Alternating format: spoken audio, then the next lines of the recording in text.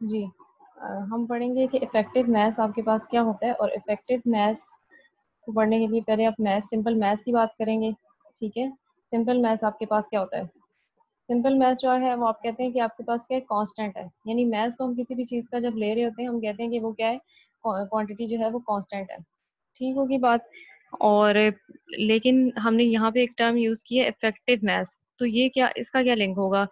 इसका मतलब होता है कि मैथ्स जो है वो वेरी कर रहा है, वो कांस्टेंट नहीं है, वो कभी पॉजिटिव होगा, कभी नेगेटिव होगा और कभी ज़ीरो होगा, ठीक है? यानी इंक्रीज़ और डिक्रीज़ और ज़ीरो हो रहा होगा। तो मैथ्स को जो है वो हम देखेंगे कि इफेक्टिव मैथ्स की कॉन्सेप्ट यहाँ पे हमारे पास क्रिस्टल में कैसे होगा। इसमें ऐसे ही आपके पास, अगर आप किसी फ्री इलेक्ट्रॉन, जैसे आप अपने सिस्टम की बात करें, फ्री इलेक्ट्रॉन की बात करेंगे तो उसका मैथ्स कांस्टेंट रहेगा, उसका मैथ्स क्या रहेगा, कांस्टेंट। लेकिन अगर इसी फ्री इलेक्ट्रॉन को हम क्या करेंगे, इनसाइड किसी सॉलिड रख देते हैं, ठीक है? जैसे सॉलिड क्रिस्टल के अंदर आपने इस इलेक्ट्रॉन को रख देना है, तो तब ये जो इलेक्ट्रॉन इस को जो का जो मैस होगा वो कांस्टेंट नहीं रहेगा, बल्कि वो क्या हो जाएगा, इफेक्टिव मैस हो जाएगा। क्यों इफेक्टिव मैस हो जाएगा? क्योंकि जब कभी आप किसी सॉलिड या क्रिस्टल के अंदर रखेंगे, उसमें क्या होता है, क्रिस्टल के अंदर आयंस होते हैं, ठीक है? और आयन कोर्स होती हैं, और उन आयन कोर्स की वजह से पीरियोडिक पोटेंशियल आ रहा होता है, जो हम पहले भी स्टडी करते रहे, ठीक? तो उस पीरियोडिक पोटेंशियल की वजह से जो है वो इस इलेक्ट्रॉन पे कुछ फोर्स लगेगी, ठीक? और आपके पास मैस इसका वेरी हो जाएगा। यानी अगर आप सिंपल किसी भी इलेक्ट्रॉन को किसी उसमें सॉलिड में रखते हैं, ठीक है? और फिर वहाँ पे क्या करते हैं, इलेक्ट्रिक फील्ड अप्लाई करते हैं, यानी हम यहाँ पे ना कोई बैटरी लगा देंगे या जिस तरह भी, ठीक है? तो हमने उस सॉलिड को क्या दी, इलेक्ट्रिक फील्ड दे दी। अब इलेक्ट्रिक फील्ड की वजह से क्या होगा, क्या फोर्स एक्ट करेगी?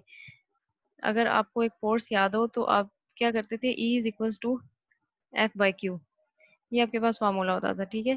फिर आप कहते थे अगर इसको फोर्स की फॉर्म में लिखेंगे तो वो होगा आपके पास F is equals to Q और E, ये हो जाएगा।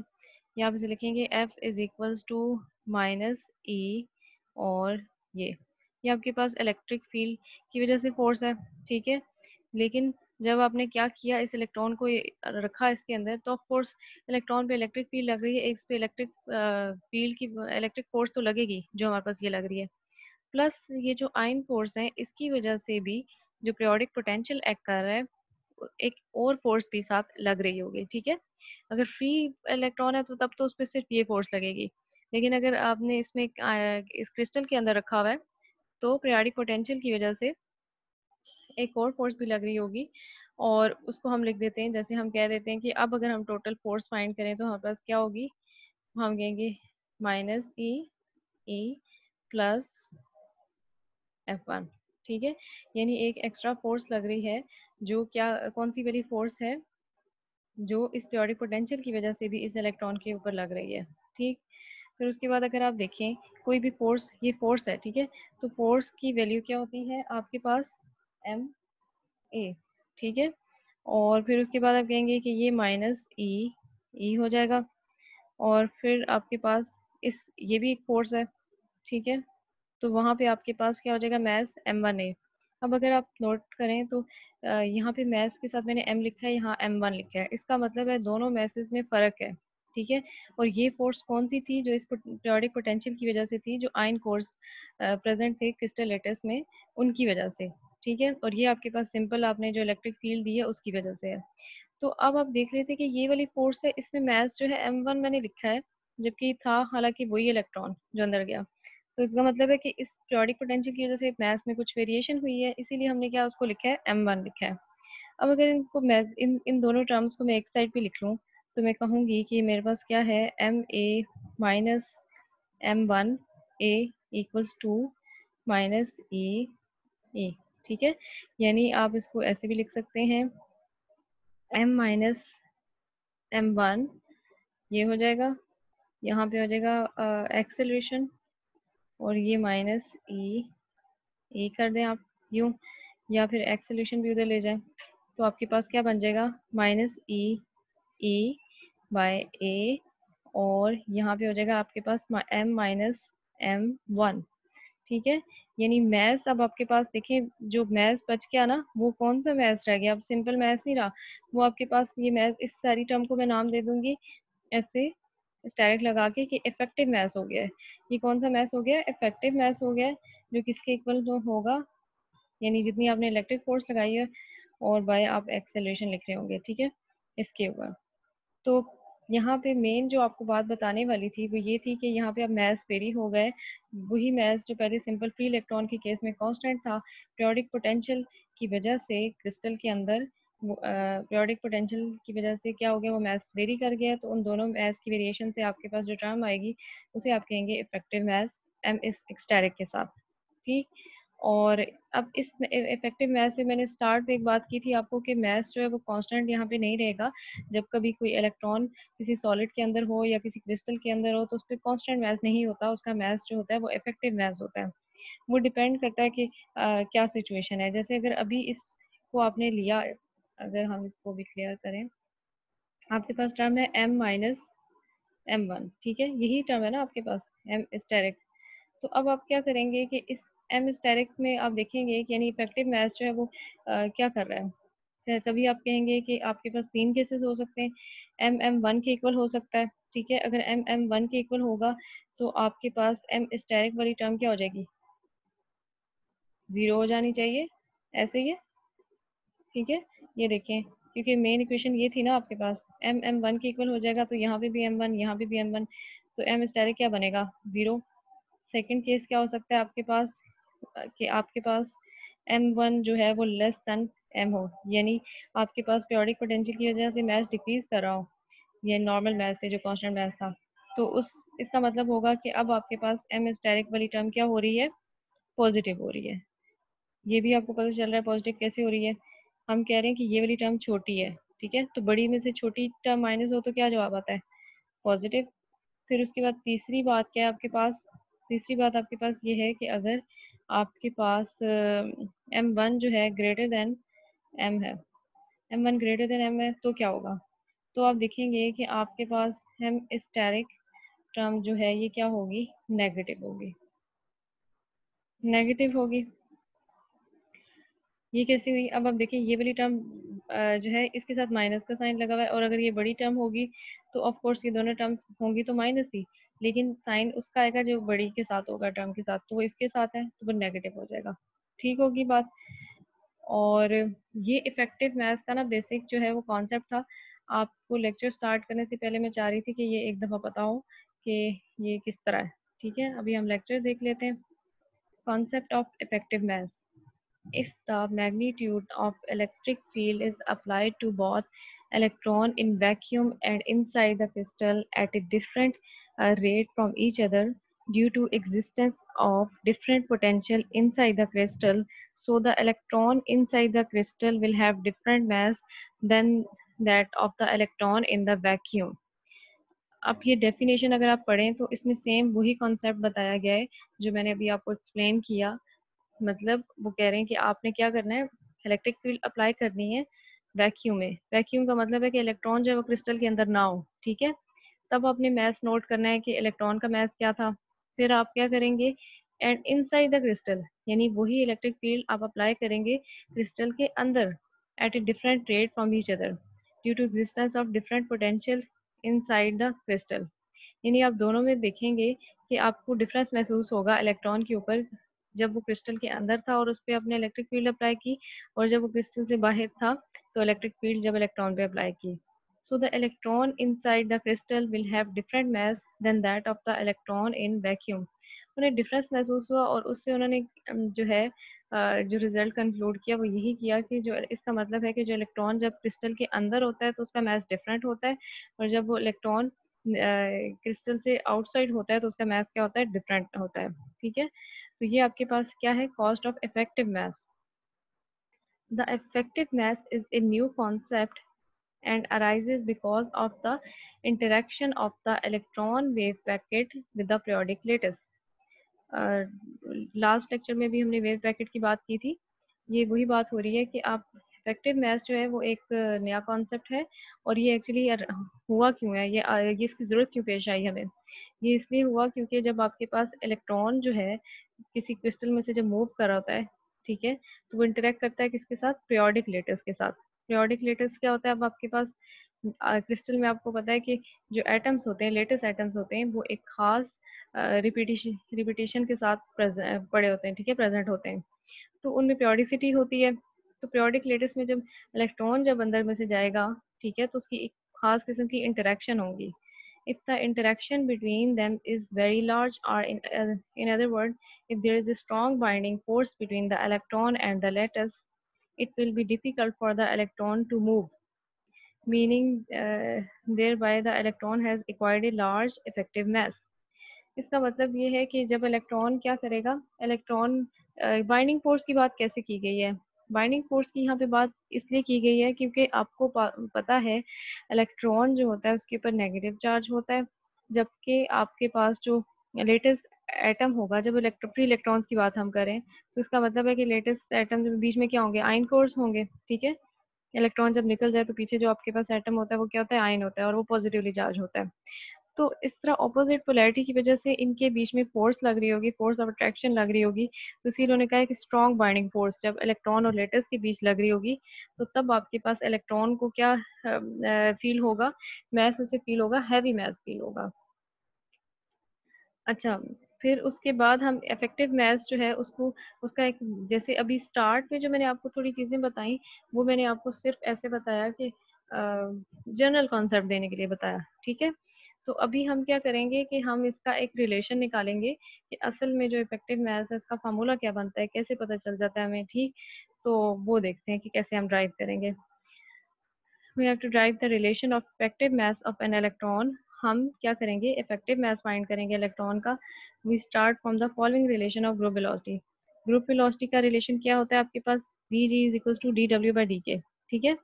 और एनर्जी की इक्वेशन अगर आप याद करें तो आपके पास क्या थी, E is equal to H cut omega. अब यहाँ से ओमेगा अगर सेपरेट कर लेंगे तो क्या बन जाएगा, ई बाई एच कट। अब ये वैल्यू क्या आपके पास, डी डब्ल्यू बाई डी के, ग्रुप वेलोसिटी का जो फार्मूला है।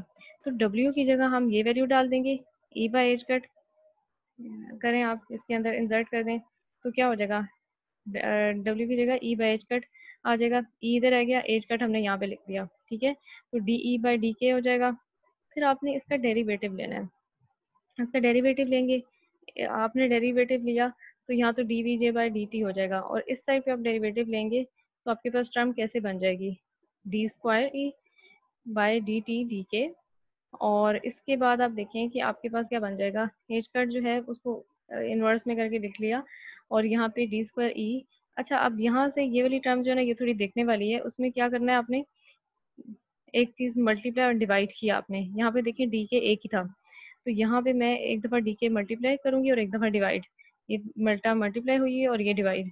तो डिवाइड होने से क्या होगा, पहले एक डी के था तो अब एक और डी के आ गया, तो क्या हो जाएगा, डी स्क्वायर के, ये हो जाएगा D square E by D square के। और यहाँ पे क्या बच जाएगा, जो डी के हमने मल्टीप्लाई किया था, और बाय हमारे पास क्या हो जाएगा, डी टी। तो D K by D T हो जाएगा, और यहाँ पे D square E by D square के बन जाएगा, ठीक है। ये हम टर्म्स क्यों ऐसे मल्टीप्लाई कर रहे हैं, ऐसी फॉर्म ला रहे हैं, ये भी एंड में आपको इसकी फाइन फॉर्म जब आएगी तो पता चलेगा।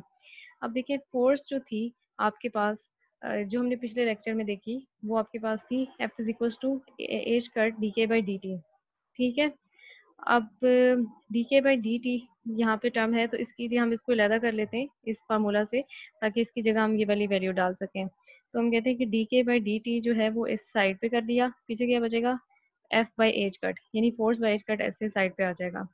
तो जो यहाँ पे D K by D T है, इसकी जगह मैं ये वाली वैल्यू डाल दूंगी, एफ बाई एच कट। देखें ये डाल दिया, बाकी सेम वैल्यू वैसी की वैसी आ गई सारी। अब आपने क्या करना है कि ये भी एच कट था आपके पास इनवर्स में, यानी ये भी नीचे आ रहा है, इसका डिनोमिनेटर में आ रहा है, तो एच कट ये भी है, तो क्या हो जाएगा आपके पास, one by H cut square D square E by D K square, और यहाँ पे क्या है, फोर्स है, ठीक है, D V G by D T, ये होगी टर्म। फिर उसके बाद आप कहेंगे फोर्स, फोर्स साइड पे ले जाएंगे, तो क्या बनेगा आपके पास, ये D V G by D T term आ गई।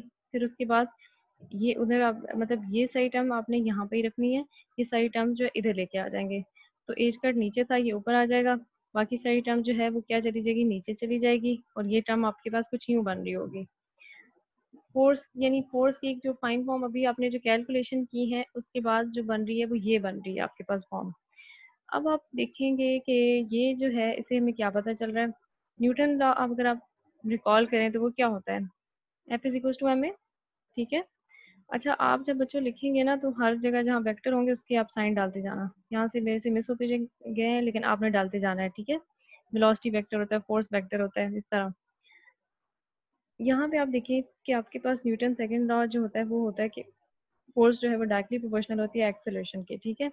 अब आपने क्या करना है कि इस इन दोनों इक्वेशन को, क्योंकि दोनों की लेफ्ट हैंड साइड पे आपको फोर्स ही नजर आ रही है, तो जब एक साइड आपको एक जैसी क्वांटिटी नजर आ रही हो तो उसको कंपेयर कर सकते हैं, ठीक है, यानी उनकी लेफ्ट तो इक्वल है। तो इससे आप देखेंगे कि क्या क्या पता चल रहा है आपको, ये फोर्स है, ठीक हो गया।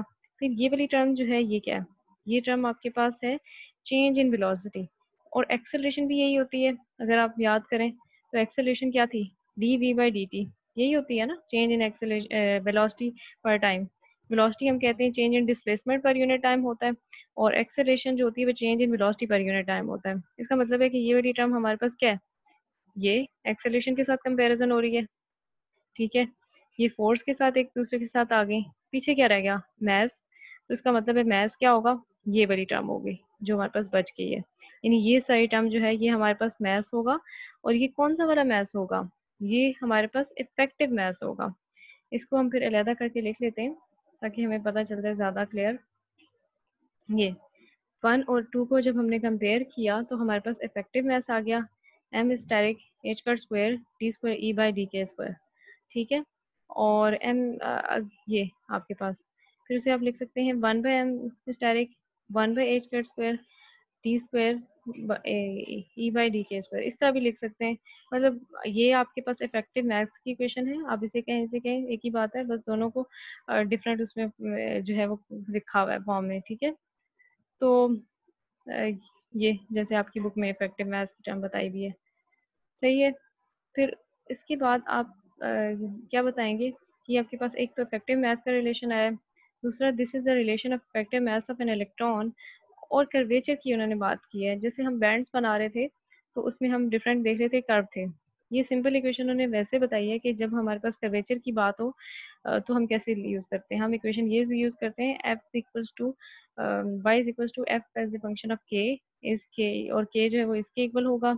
और इसी तरह आपको जो है ना आपकी इक्वेशन, जो आपकी इक्वेशन बनी है, ये बेशक आप ना लिखिएगा, वैसे आपको समझाने के लिए बताया गया है कि कर्वेचर के साथ इक्वेशन जो होती है कुछ इस तरह की होती है, और उससे हमें पता चल रहा होता है कि कर्व जो है ना एक्चुअली वो किस, ये इक्वेशन मतलब इस इक्वेशन से हमें मेन यही पता चल रहा है कि D square E by D K square जो है ये कर्वेचर को बताता है, यानी ये वाली टर्म जो होगी ये कर्वेचर को रिप्रेजेंट कर रही होगी, ठीक है। और क्या रिप्रेजेंट कर रही होगी, represent the curvature of the curve, energy वाला हम कर्व लेंगे। हम पहले भी जब बैंड्स बना रहे थे डायरेक्ट इनडायरेक्ट वगैरह तो हम के को लेते थे एक साइड पे और फिर हम लेते थे एनर्जी को, के को एक साइड पे लेते थे और ई को एनर्जी को, ठीक है।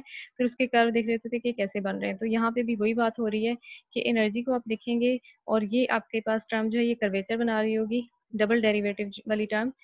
तो आपके पास क्या बनेगा, effective mass of an electron is inversely proportional to the curvature, यानी कर्वेचर जो टर्म कर्वेचर को बता रही है इफेक्टिव मास उससे इनवर्स रिलेशन है। देखें यहाँ से पता चल रहा है आपको, तो ये टर्म नीचे आ रही है कर्वेचर वाली टर्म और इफेक्टिव मास जो ऊपर है, तो यहाँ से पता चल रहा है कि इफेक्टिव मास और कर्वेचर एक दूसरे से इनवर्स हैं। इनवर्स होने का मतलब क्या है, इनवर्स होने का साफ साफ मतलब यही है कि आपके पास जो है कर्वेचर, और अगर कर्वेचर बड़ा होगा तो जो है वो मैथ इफेक्टिव मैथ जो होगा वो क्या होगा, कम होगा, और अगर कर्वेचर जो है वो कम होगा तो इफेक्टिव मैथ जो होगा वो ज़्यादा होगा, ठीक है। उसकी हमने एक फिगर से प्रेजेंटेशन भी कर दी हुई है, जैसे यहाँ पे आपके पास देखें, लाइट मैथ यानी इफेक्टिव मैथ कम है तो कर्वेचर कम जो है वो आपके पास ज़्यादा है, ठीक है। और कर्वेचर ज़्यादा है, कर्वेचर ज़्यादा क्या मतलब है, क्योंकि यहाँ पे कर्व ज़्यादा है, अगर आप इस ग्राफ को देखें कर्व जो है वो ज़्यादा है। और फिर उसके बाद अगर आपके पास मैथ हैवी है, हैवी मैथ है तो उससे कर्वेचर आपके पास कम है, वो देख रहे हैं स्मूथली थोड़ा पड़ा हुआ है, अब देख रहे हैं आपको स्ट्रेट ऐसे कर्व सा नजर आ रहा है, लेकिन उतना कर्वी नहीं है जितना आपके पास इस वाले केस में था, ठीक है। तो जब आपके पास हैवी मैथ होगा तो कर्व स्मॉल होगा, और जब लाइट मैथ होगा तो कर्वेचर बहुत ज़्यादा होगा, और कर्वेचर हमें इससे पता चलता है, ठीक है।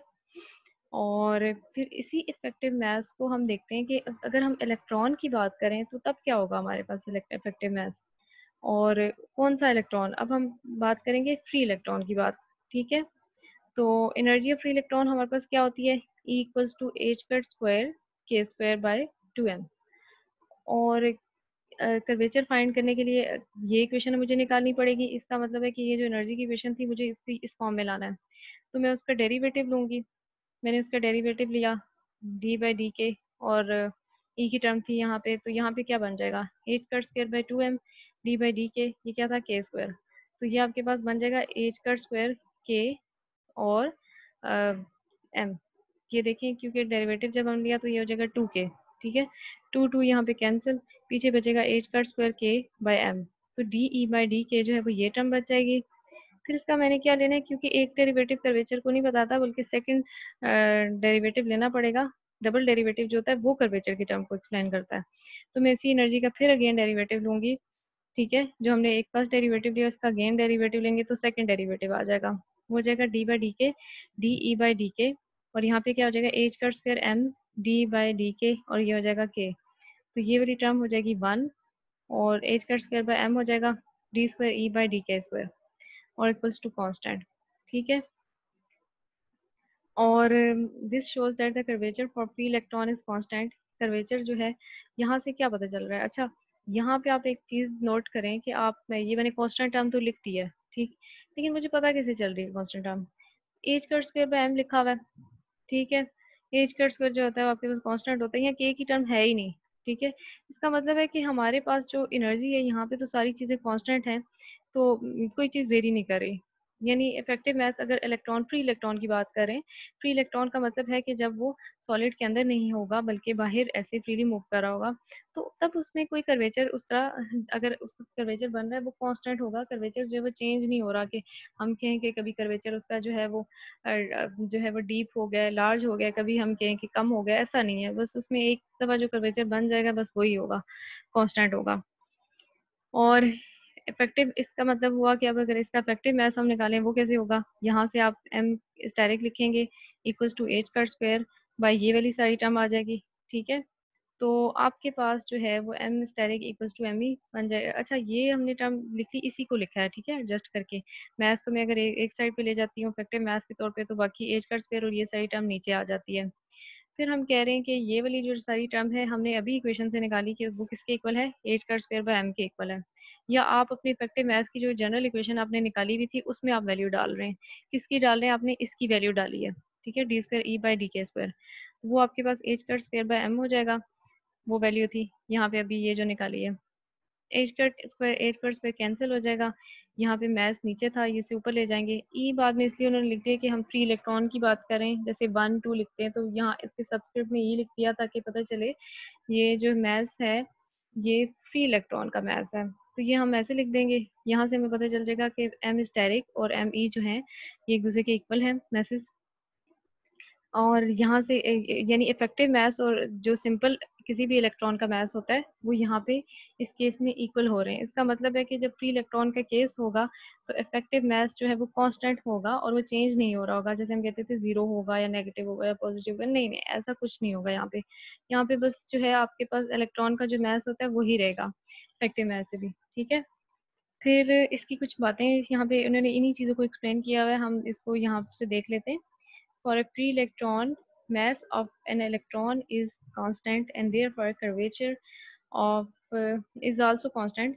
यानी इसमें फ्री इलेक्ट्रॉन का मास जो है वो कांस्टेंट मास है, जो सिंपल इलेक्ट्रॉन का मास होता है। इसका मतलब है इसका कर्वेचर भी जो होगा वो कांस्टेंट होगा, क्योंकि मास तो वेरी कर नहीं रहा, कर्वेचर जो वेरी करता है वो मास पे डिपेंड कर रहा होता है, ठीक है। When we apply electric field on an electron in crystal, it behaves as a free electron, but its mass is not like that of the free electron mass. We shall consider its mass as effective mass. फिर साथ ही उन्होंने बता दिया कि यही electron जब हम किसी क्रिस्टल के अंदर डाल देंगे तो वो बिहेवियर फ्री इलेक्ट्रॉन की तरह, मतलब ये है कि फ्रीली जैसे इलेक्ट्रॉन मूव कर रहा होता है वैसे ही मूव कर रहा होगा, लेकिन उसका मैस अब वैसा नहीं रहा होगा जैसे आपके पास क्रिस्टल से आउटसाइड था, ठीक है। Mass of both electrons, free electrons and electrons in crystal remain same before reaching near the zone boundary, but when electron in the crystal reaches near zone boundary, its mass becomes different from that of a free electron mass. अच्छा, अब ये जो बात बताइए वो कह रहे हैं कि आपके पास जो है इलेक्ट्रॉन जो है फ्री इलेक्ट्रॉन है, और जब इलेक्ट्रॉन क्या होता है एंटर हो जाता है किस में, इलेक्ट्रिक क्रिस्टल में, तो उनके मैसेज जो है वो कह रहे हैं कि दोनों के जो है वो सेम होंगे, ठीक है। लेकिन जो अंदर क्रिस्टल के अंदर होगा उसका मैस सिर्फ तभी फ्री इलेक्ट्रॉन आउटसाइड के साथ सेम होगा जब तक वो जोन बाउंड्री को क्रॉस नहीं करता। जोन बाउंड्री को जब उसने क्रॉस कर देना है तो क्या हो जाएगा, मैस उनका जो है डिफरेंट हो जाएगा, इफेक्टिव मैस की टर्म आ जाएगी, फिर फ्री इलेक्ट्रॉन की तरह उसका मैस नहीं रहेगा, ठीक है। जोन और ये जो बाउंड्रीज की बातें हो रही हैं ये नेक्स्ट लेक्चर में हम ज़रा एक्सप्लेन करके हम देखेंगे सही कि किस तरह जो है हम बात कर रहे हैं, ठीक है। लेकिन सिंपल आप याद करेंगे जोन बाउंड्रीज सेम उसी तरह जो हमने ब्रिलियन जोन और वो सारी चीज़ें पढ़ी थी, तो ये उन्हीं चीज़ों का कॉन्सेप्ट यहाँ पे जो है बुलाया जा रहा है। अब सिंपल फ्री इलेक्ट्रॉन का केस भी आप देख लें कि अब उसका कर्वेचर होगा तो क्या होगा। अब जैसे ये कर्वेचर है, फ्री इलेक्ट्रॉन के केस में हर बारी आपके पास ऐसा ही कर्वेचर बनेगा जहाँ पे एक्स एक्सिस पे आप के लेते हैं और वाई एक्सिस पे एनर्जी, तो ये फ्री इलेक्ट्रॉन का कर्वेचर हमेशा आपके पास क्या रह रहा है, ऐसा रह रहा है, ठीक है।